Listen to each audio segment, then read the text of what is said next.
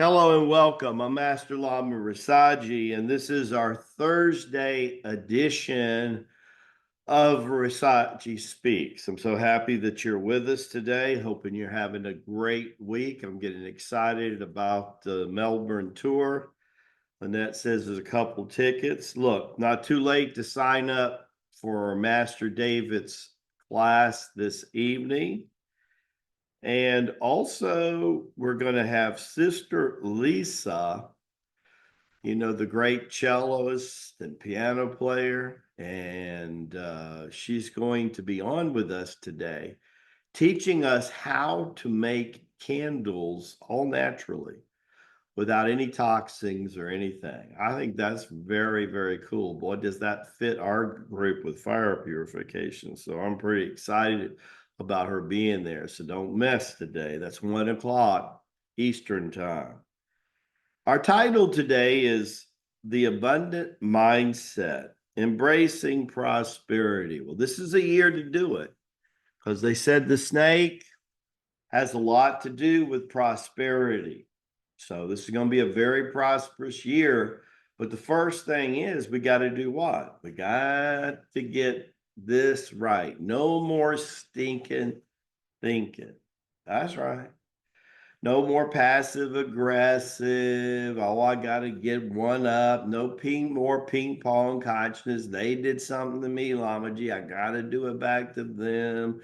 My daddy's better than your daddy. My religion's better than your religion. I mean, that's all stinking thinking. I mean, even the medical field is catching up today that they know your emotion and your positive mindset has a lot to do with healing. Well, it not only has to do with healing, poverty consciousness is an illness, it's an imbalance. We don't know that, people don't teach that. We do here. We get to the skinny here, and the first thing, and the reason, and the second chapter of the Circle of Chi, it's about mind. What's your mind telling you about prosperity and abundance? Jesus made it perfectly clear. I come to bring you a life and a life more abundant.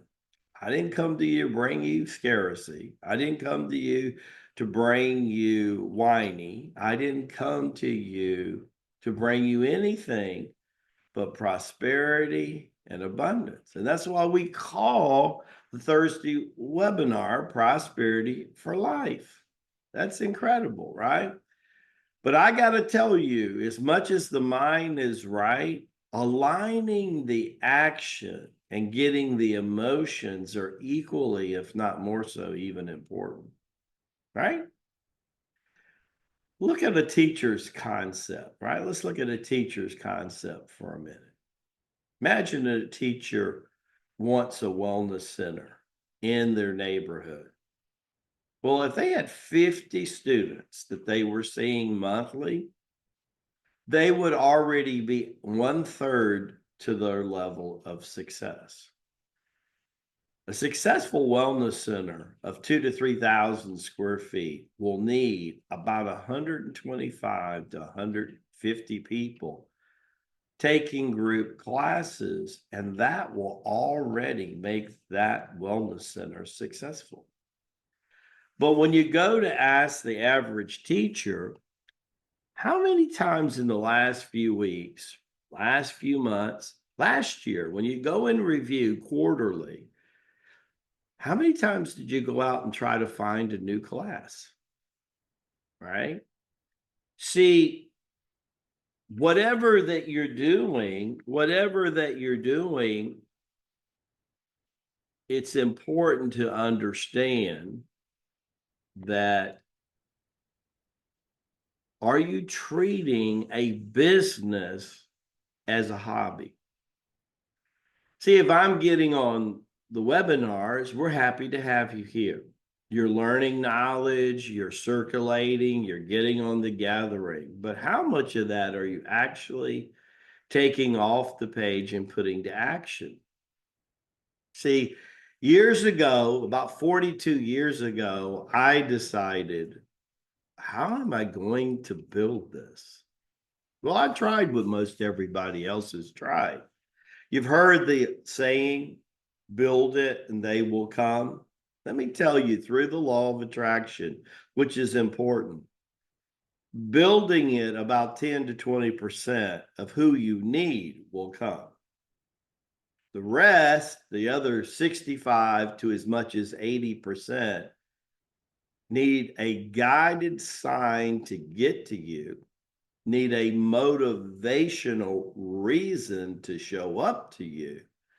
And do you serve the need that they need? One of the things that we're excited that the Wellness Center offers that we don't offer online, and that is belly to belly energy. I'll give you a good example. We got really some incredible people here in our affiliate program, almost 100 people. About 25 to 30 really working. And that's pretty good odds. In our teacher segment, we've got now 86 people. I know we're growing again, right? Last time I gave you a number, it was about 75. Remember that? That was a month or two ago. We're growing. But of the 86 people, they're all in three different stages. Some are in the stage of getting their video to Master David so they can teach. Some are in the stage of working and they are early teaching to get that certification after 6 months. And some are in their first or second certification on the way to their second or third certification. But how many teachers that have been teaching 6 to as much as 18 months? Because our teaching program is now over 2 years old. As a matter of fact, it's soon approaching 30 months old. How many of those teachers are teaching the same people or the same classes they were teaching 6 to 18 months ago or 24 months ago when they started? Some have less. Some have noticed that people drop out. There's a certain amount of attrition in every business, including this one. They haven't thought about replacing those people. Some people haven't thought about building. But Lama Ji decided I was going to do a presentation every month. I got my calendar to ready. I got my things, my items, my list, and I decided I wanted to grow this faster. See, when I say start and go slow, some people get caught up on either they don't want to start or they always want to go slow. Start and go slow means the moment that you're trying something new, your sadhanas, start and go slow. Most of us are doing 30 to 45 days with start and go slow. But that being said, where are they 18 months later? Are they still going slow? Some have never turned slow off. 6 to 18 months into any discipline or any sadhana, which includes teaching, marketing, promotion, investing, you don't need to go slow anymore, right? It's time to go a little quicker if it suits the mission that you were guided to do. See, if my column exercise is telling me that I need to get off my hiney and go get it done, that I'm far from reaching my goals. Do you have a hobby or do you have a business? I made a pact 42 years ago, and that was I was going to get in front of one new group every month. And I was going to do one or two things in my business every day. Make a phone call I needed to make, maybe send a couple of emails, go have a lunch with somebody. I was going to do one or two things every day. If I did that, then I knew by the end of the month, I would have done 40 to 50 different activities with a right mindset, and I would have presented to one new group of people. They had to have a minimum of 10 people in the room. In a year's time, I would have seen a minimum of 120 new people. I would have done 300 to 400 different tasks in my business in a year. Do you think by the end of that year, I would have had a business? I just gave you the model. If you're a person out there thinking about getting into the teaching place, into our teaching, and you're thinking, what would 50 people do for me a month? Well, first of all, you'd have 50 people in your local area doing the first most important thing, raising the vibration of every place you teach. And if it's a wellness center, you'd be impacting a 10 to 30-mile radius in your center. Crime would go down, economy would change, everything would get better. They spiritually would become more enlightened, they would become more healthy, everything. What would it do for you financially? 3 to 6,000 extra dollars a month. Interest somebody with about 10 hours a week of work. That's what happened to me the moment I did that. And that was back in the 1980s. What would that be today? That would be interesting. It would feed everything that you need to happen. If I'm a teacher, then how easy is it to get 5 or 10 private students out of 50 students? Those 5 to 10 people would be serious, and I would have them as privates, but I would also have converted them to COC members. And now I'm making 25% off of their teaching membership or their live streaming membership. That's a third stream of income.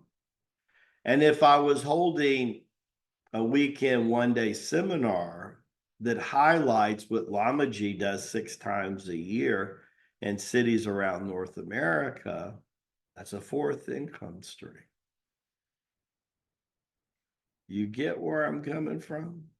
All of that still takes an adjustment here. We so easily get in a box. We so easily fall shadow to limitations, right? I'll find out if most people were honest. They didn't do anything quarterly, regularly. And if you live in the North, you don't have 12 months a year probably to teach. You probably have 6 to 9 months a year to teach. So you want to get after it so that when March hits and the weather changes, you want to hit the ground running. And you want to convert as many people to COC as you can, so that when you get back into the winter months at the end of 25, guess what? Well, now you know why squirrels do things more clever than most humans and why Lamaji loves to study squirrels for their playfulness. But they do something amazingly that most humans don't do. They gather nuts during the fall, the spring, and summer to do what? So that they'll have things to eat when the winter comes. And they have to stay in the cubby holes of the trees. Don't forget Sister Lisa today and Master David tonight. Baraka Bashad, as we say in Tibet. May the blessings be to you and your glorious family. I hope this gave you something to think about as you're making your goals. More importantly, creating the right mindset and putting pep in your step for 2025. Because remember, we now have arrived. God bless you all and see you tomorrow on Shangri-La Friday's version of Versace Speaks. God bless you.